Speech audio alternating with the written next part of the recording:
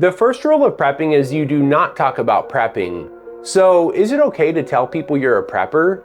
The short answer is no, it's not. It's too risky. But of course, nothing is black and white.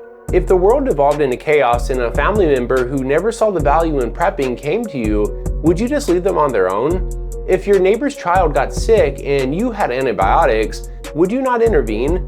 The topic of how much we should or shouldn't share and with whom is controversial in the prepping world. In today's video, I want to cover this topic, and I also want to hear from y'all in the comments. Keep it civil, but let's have the conversation. Let's get started.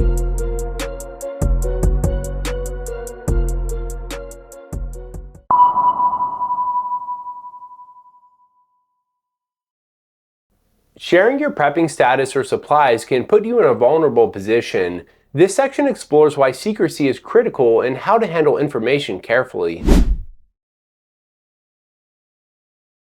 Keeping your preps private is one of the foundational rules of prepping. The more people know about your supplies, the greater risk of becoming a target in a crisis. It's not just about theft, it's about safety. If word gets out that you're well stocked, people may expect you to provide for them, putting you in a difficult and potentially dangerous position. You don't have to lie, but you can frame what you share carefully. For example, instead of saying, "I have enough batteries to last for years," you might say, "I think I have a couple extra batteries you can use."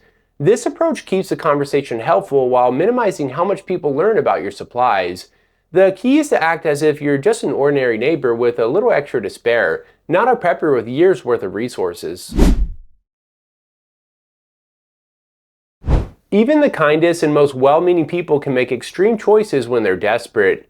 Imagine someone's children are starving. Wouldn't you do whatever it takes to feed them? This is why discretion is so critical. People you trust today might act unpredictably under extreme stress, and it's not necessarily a reflection of their character, it's human nature.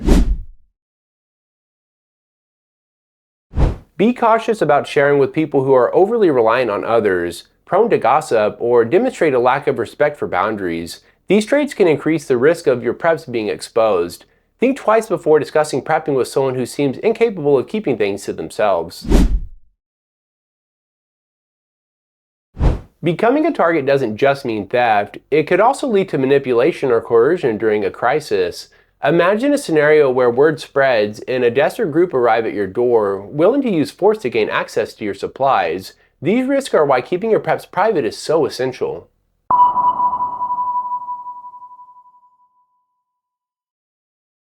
Your closest relationships can make prepping easier or more challenging. This section covers how to encourage preparedness while protecting your privacy.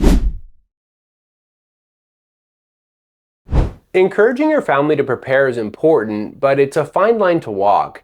Instead of revealing your own preps, ask open-ended questions that make them think.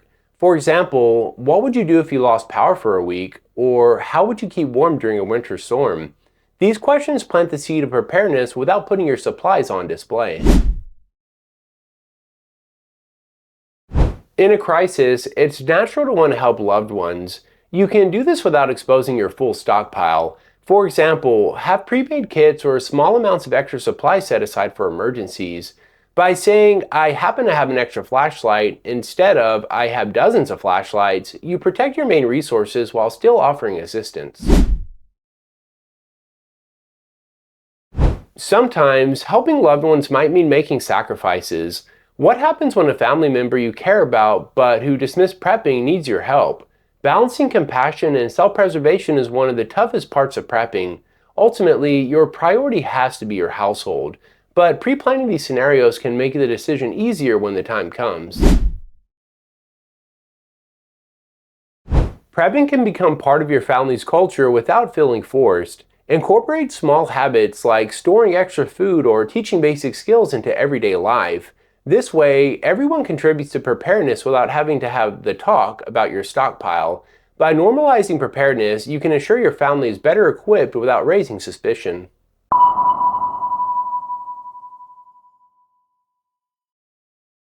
Neighbors can be an asset or a risk in a crisis. Here, we discuss how to build trust and support without oversharing. Sharing with neighbors can be both an asset and a risk. Trusted neighbors can become allies in a crisis, but oversharing can make you a target. The key is to assess who you can trust and build those relationships over time. Look for signs of trustworthiness, such as how they handle their own responsibilities or their attitude towards self-reliance. If someone is dependable and resourceful, they're more likely to respect your privacy in a crisis. Observe how they manage stress or react to difficult situations. These can be good indicators of how they'll behave during an emergency. You can discuss preparedness without revealing too much. For example, if you're expecting a storm, you might casually ask, "Do you have a backup generator by chance? That could come in handy if the power goes out." This frames the topic as a practical conversation while keeping the focus off your own supplies. When helping neighbors, focus on small, practical gestures. Offering an extra lighter or a can of food can be a lifesaver without exposing your stockpiles. Again, framing is key. "I think I might have one," rather than "I have plenty," protects your privacy while still fostering goodwill.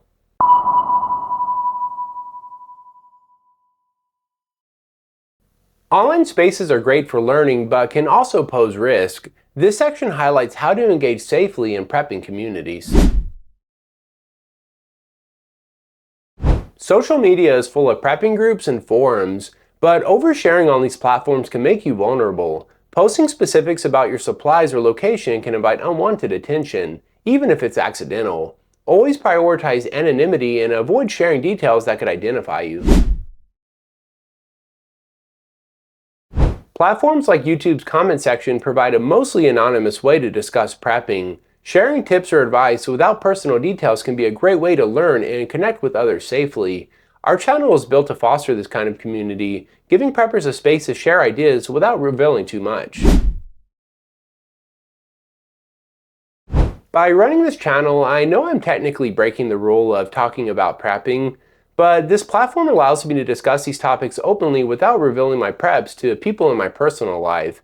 It's a way for us all to safely share ideas, learn from each other, and build a better prepared community.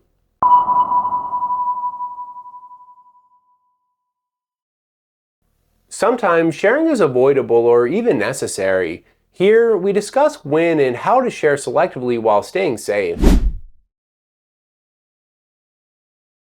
There are times when sharing can be beneficial, but it should be done selectively.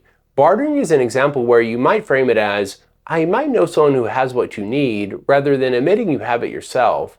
This allows you to help without fully exposing your resources. In some cases, teaching someone a skill like how to filter water or start a fire can be more valuable than giving away resources. This is particularly useful with family or close friends who might rely on you otherwise.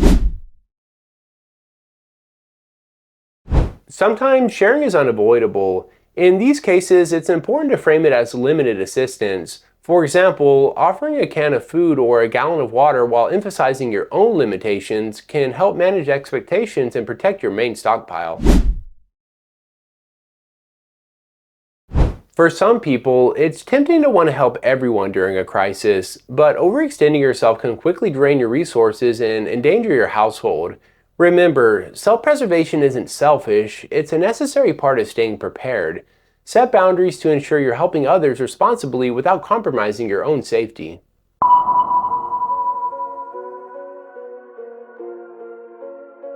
The topic of sharing your preps is one of the most delicate decisions preppers face. Balancing security, compassion, and practicality is no small task. Every situation is unique, and the right approach depends on your personal circumstances and the people around you. Remember, the goal isn't to be selfish, but to protect your household while being thoughtful about how you can help others responsibly.